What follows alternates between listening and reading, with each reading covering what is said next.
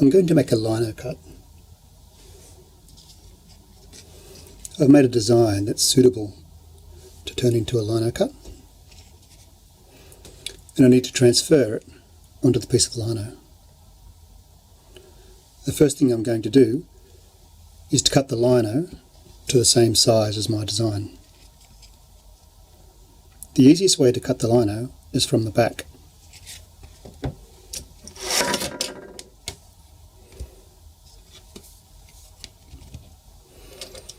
Mark the areas that you want to cut off. Get a metal ruler and hold that down firmly, and very carefully with a craft knife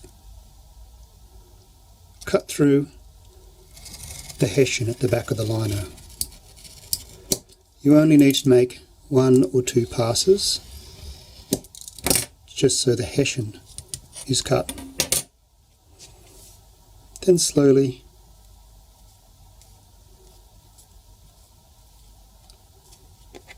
snap off your lino. It's much easier cutting it from the back than it is cutting from the front.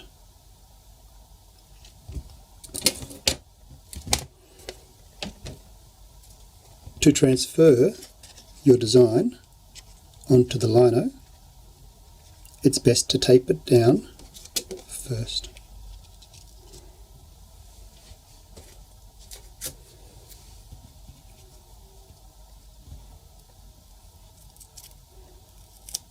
Just with a bit of masking tape, fold it over and go around the whole design doing that. I've secured my paper to the lino. The image side is face down onto the lino. I'm now going to find a burnishing tool, such as this teaspoon, to push on the back of the paper and transfer the image from the paper onto the lino. It's best to work methodically and use as much pressure as you can. For this process to work successfully, you will have needed to draw on your design with a very soft pencil. If you have a 6B pencil, that will work very well, but a 3B will probably work just as well.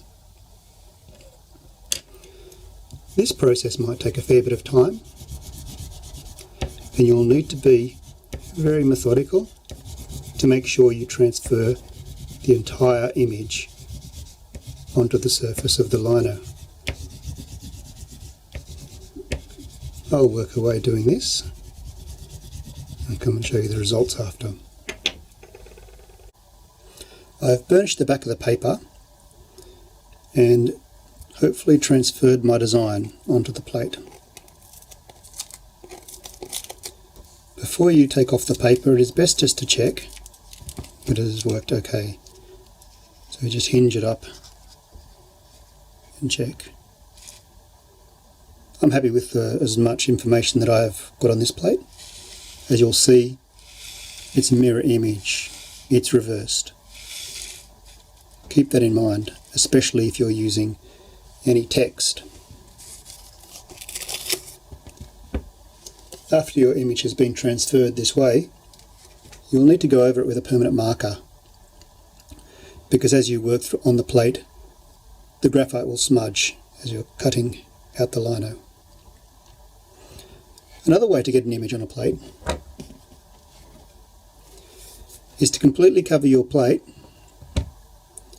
with drawing ink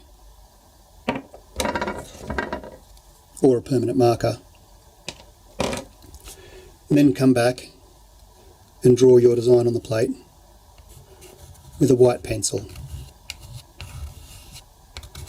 This is a good way to get a good understanding of how the print will look at the end, because you'll be cutting out the white areas. Or you could simply just draw directly on your lino block to get your design on there.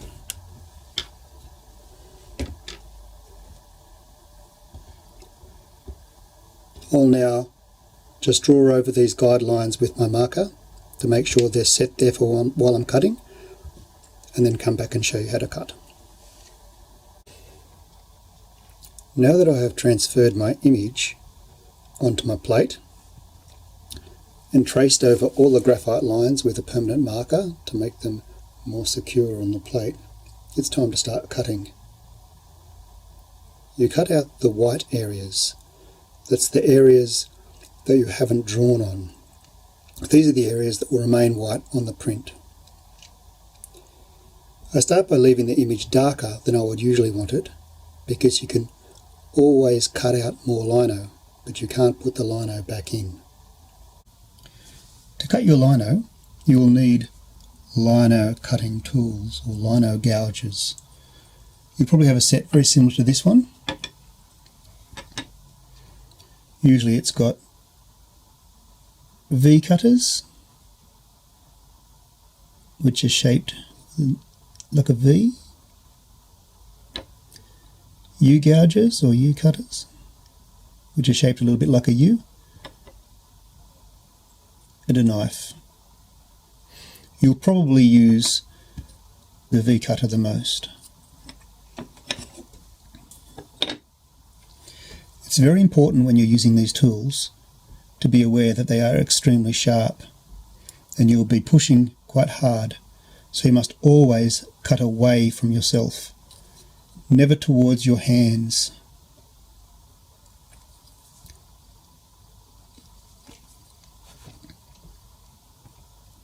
When you're cutting with your lino, as I said, always cut away from yourself.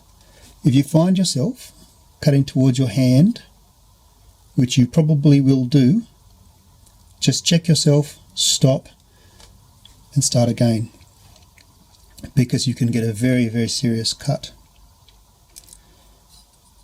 Before you cut the lino, you can warm it as well. One of the most popular ways of warming it is sitting on the windowsill in the sun, and that will warm it up enough to soften it to make it easier to cut. On a colder day, you can sit on the lino and your body temperature will warm it up as well.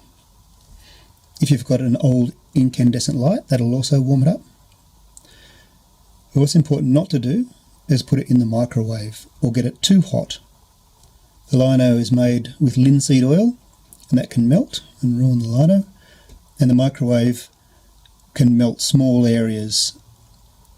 So just sit on it, put it in the sun, or you could warm it slightly with a very, very just warm, not hot iron to soften it up, and you'll find that it's much easier to cut like that. One last thing as well, it's much easier to cut lino in straight lines than it is to cut curved lines. So just keep that in mind with your design. When you're approaching the cutting, just take out small sections of lino. If you need to make the line deeper, come back again and work on it again. If you dig straight into the lino as such, you'll find that it can tear, and you can get a teared mark like this. If you want, you can use this in your design, but just be aware that that will happen. So for control, take small shallow lines.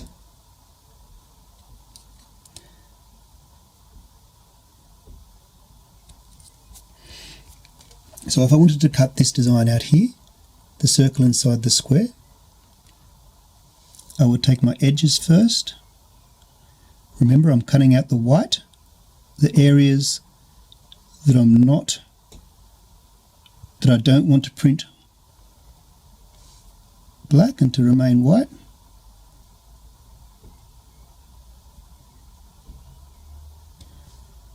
And once you've got those edges cut out, you can come back into the center and take out and clear out the other areas, digging deeper. And remember, you can never put the lino back in, so it's best to just cut out a little bit to start with, print it, see what it looks like, and then come back and cut the rest out. You'll notice that I've always been cutting away from myself, never towards myself. The circle in the middle can be quite difficult. One way to approach this is to put your cutter in and to turn the plate. But you will notice that I'm always directing the lino cutting gouge away from me, never towards my hand. But you'll find that circles are a lot harder than straight lines and require some practice.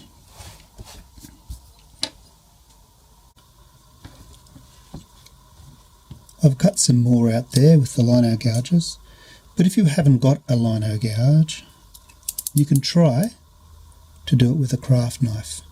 It's very important that you're very careful with this because these are also extremely sharp. The way you would use this would be to go up against your guide, always cutting away from yourself, and cut along the edge of the line where the light meets the dark.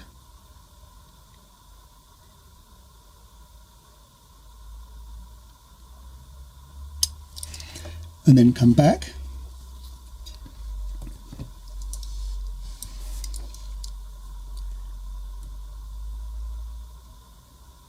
and cut it out like a V.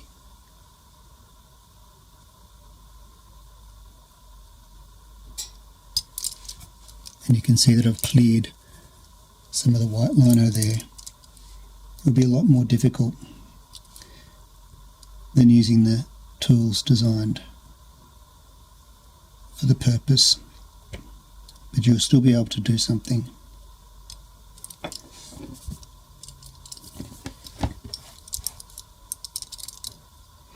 Make sure to always have that blade pointed away from you.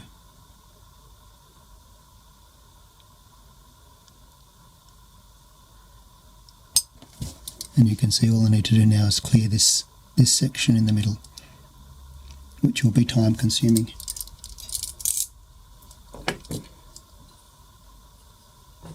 So I'll just quickly do it with this gouge, because I do have them, and clearing that away.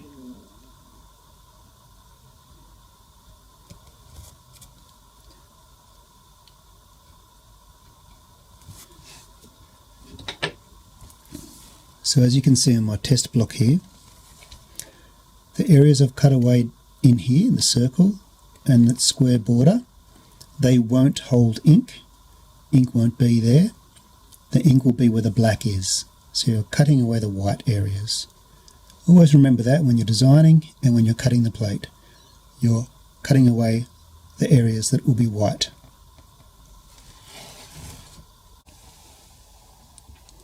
I've cut out the white areas of my design and I'm ready to take the first proof. A proof is a test print. I know I've got a lot more work to do and the image that I print will be very dark. But after I've taken the proof, I can decide what needs to be done. As you can see, I've left the background completely untouched. I haven't yet decided what to do there. I haven't cut very deeply. If I need to cut it deeper, I can after I take the proof.